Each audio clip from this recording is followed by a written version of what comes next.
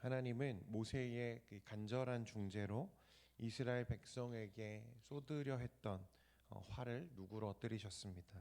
32장 14절에 여호와께서 뜻을 돌이키사 말씀하신 화를 그 백성에게 내리지 아니하시니라고 말합니다. 하나님은 그 화를 누그러뜨리셨지만 그렇다고 해서 이 금송아지 사건의 결론이 난 것은 아닙니다. 사건이 끝난 게 아니라는 거죠.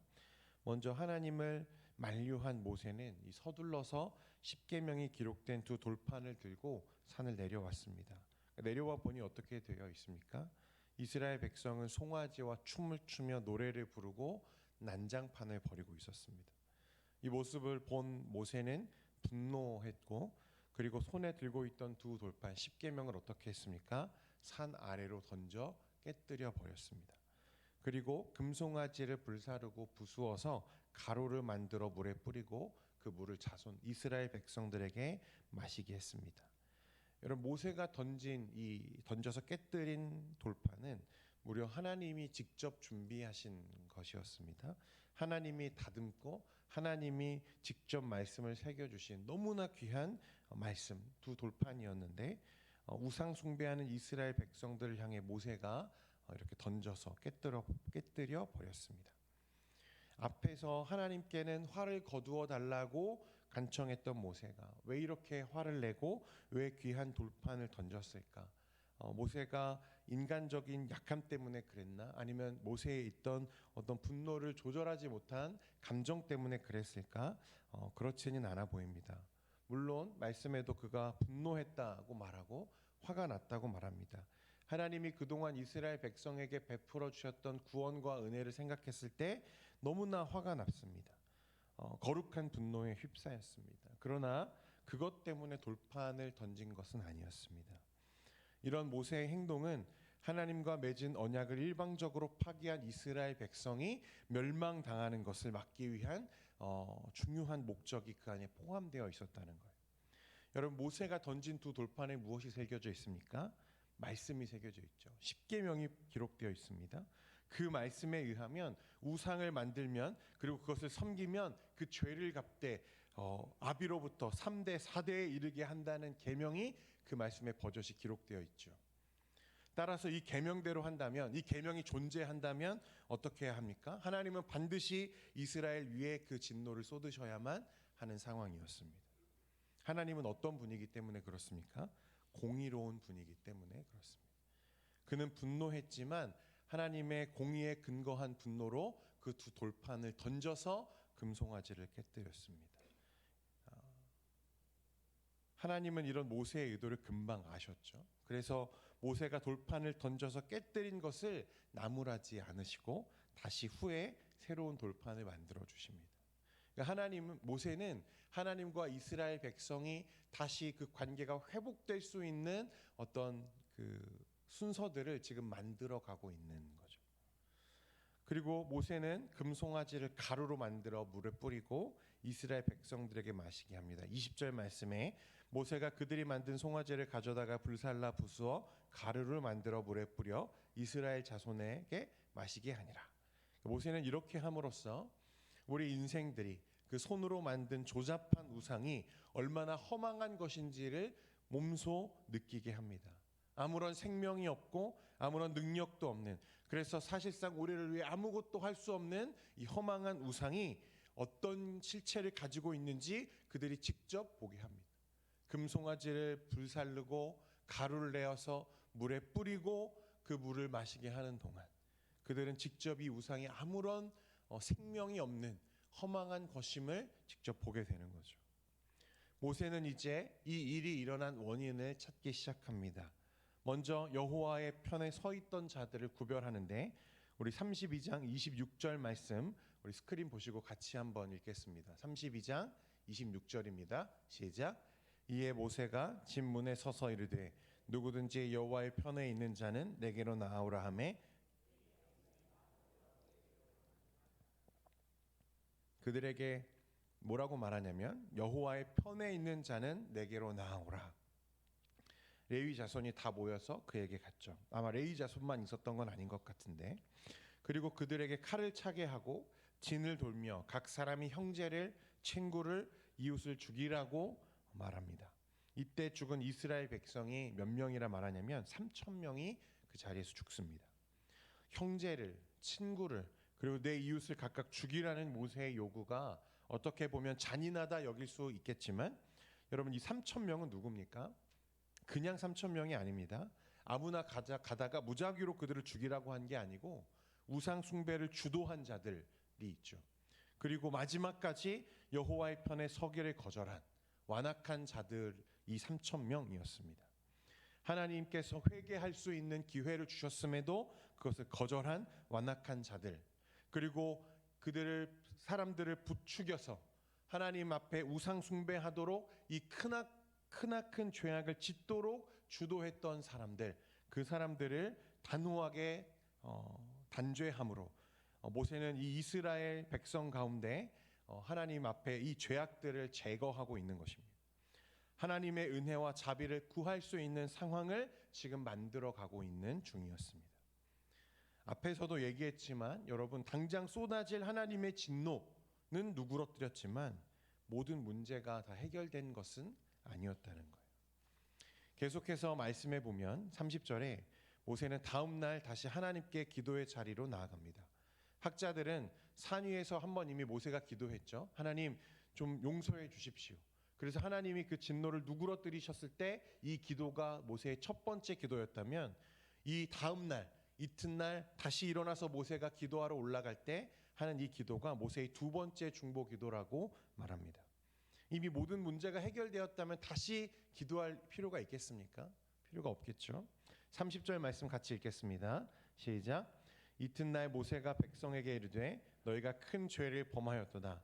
내가 이제 여호와께로 올라가노니 혹 너희를 위하여 속죄가 될까 하노라 하고, 이스라엘을 위하여 기도하면서 하나님께 그 죄를 용서해 달라고 기도했습니다. 큰 죄를 지었습니다, 하나님.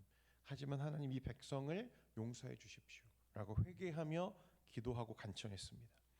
여기서 모세가 아주 유명한 말을 남기는데 뭐냐면, 모세는 만약 그렇지 아니하시오면, 하나님 그들을 용서하지 않으실 거라면 주여 원하건대 주께서 기록하신 책에서 누구의 이름을, 내 이름을 지워주십시오.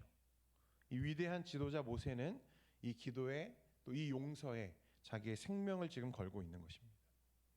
하나님이 이 기도를 들으시죠. 그리고 응답하시는데 34절 말씀에 이렇게 응답하셨습니다. 이제 가서 내가 내게 말한 곳으로 백성을 인도하라. 내 사자가 내 앞서 가리라. 그러나 내가 보응할 날에는 그들의 죄를 보응하리라.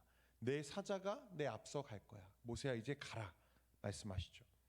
그리고 오늘 함께 읽었던 본문 33장 1절과 2절에도 보면 이렇게 말씀하십니다. 여호와께서 모세에게 이르시되 너는 내가 애굽 땅에서 인도하여 낸 백성과 함께 여기를 떠나라. 내가 아브라함과 이삭과 야곱에게 맹세하여 내 자손에게 주기로 한 그 땅으로 올라가라고 말씀하시죠.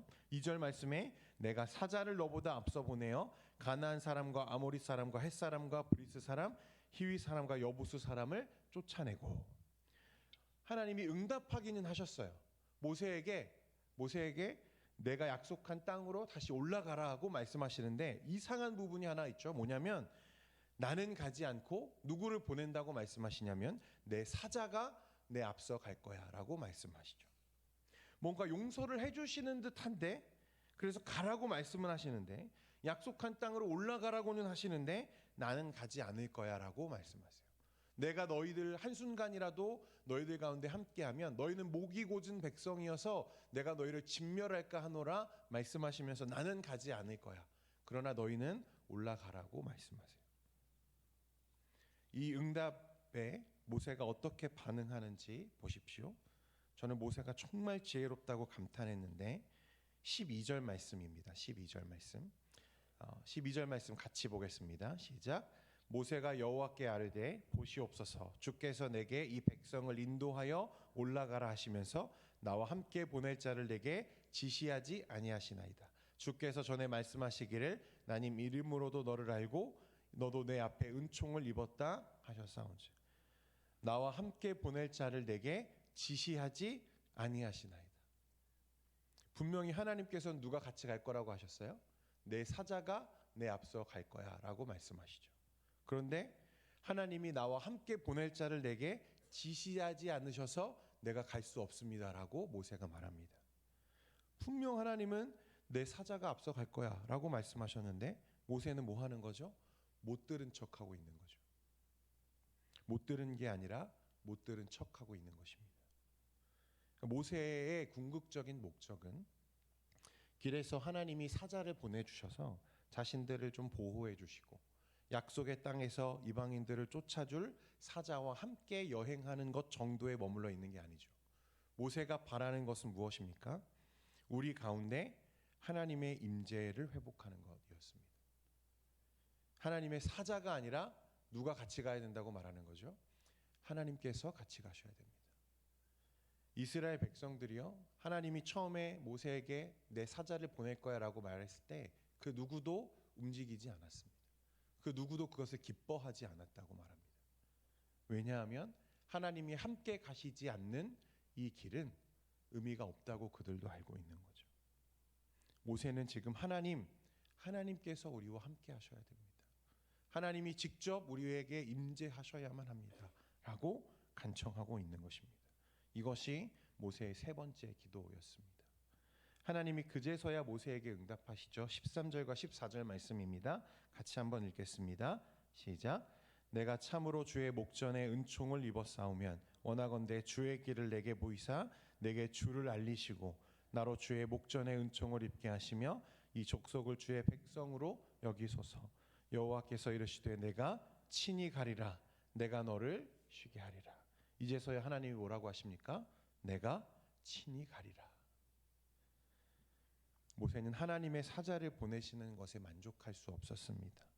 앞서 하나님이 성막을 주시면서 하나님이 모세에게 말씀하시죠. 내가 너희와 늘 함께 할 거야. 이 성막에 있는 두 그룹 사이에서 지성소에서 내가 너희를 만날 거야. 임재할 거야. 항상 함께 할 거야. 그 온전한 관계를 다시 회복하는 것. 하나님의 임재가 이스라엘의 진영 가운데 머물고 이스라엘의 걸음걸음을 하나님이 함께 주도해 가시는 것. 그 온전한 관계의 회복이 모세의 소망이었어요. 하나님은 내가 친히 함께 가리라. 내가 함께 할게. 내가 같이 갈게 모세야 라고 약속하십니다. 이게 은총이죠. 은총.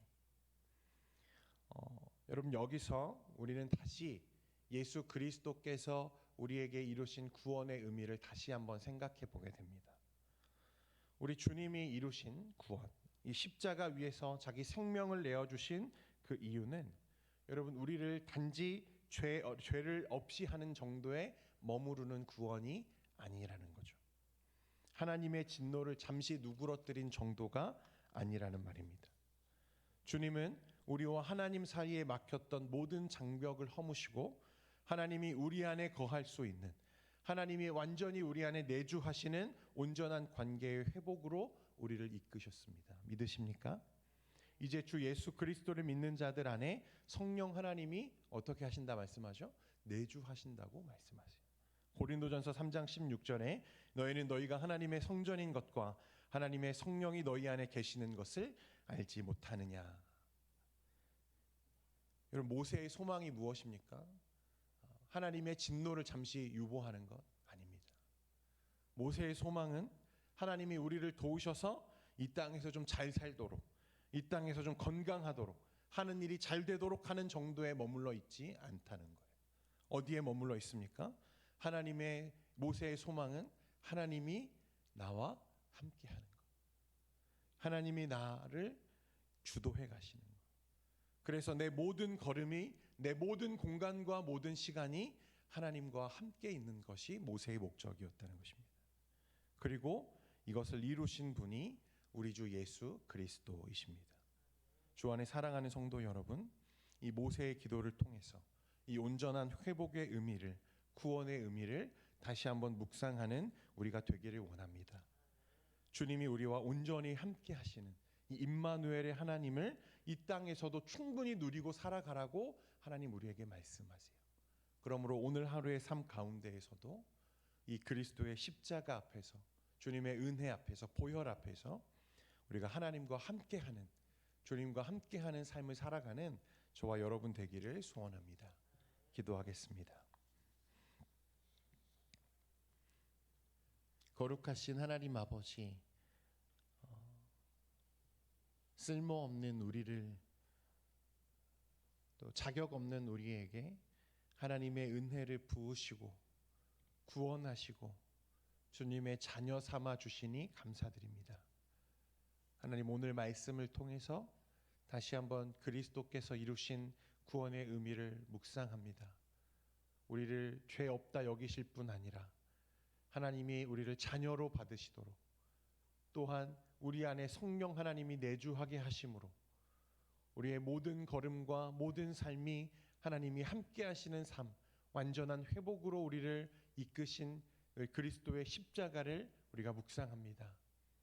오늘 하루의 삶 가운데에서도 주님과 동행하며 그 주님이 이루신 구원과 생명을 온전히 누리는 우리 모든 성도들 될 수 있도록 주님 은혜 베풀어 주시옵소서. 우리는 너무나 연약합니다. 하나님, 우리를 주도하시고 우리의 목자 되어 주셔서 하나님 우리의 갈 길을 알리시고 오늘 모세가 간구하는 것처럼 우리 삶에서 하나님의 영광을 목격할 수 있도록 주님 인도하여 주시옵소서. 이 시간에 하나님 앞에 기도의 제목을 가지고 나아갈 때 우리의 기도에 응답하시고 하나님 우리의 연약함을 주님 고쳐 주옵소서. 이 모든 말씀 예수님의 이름으로 기도합니다. 아멘.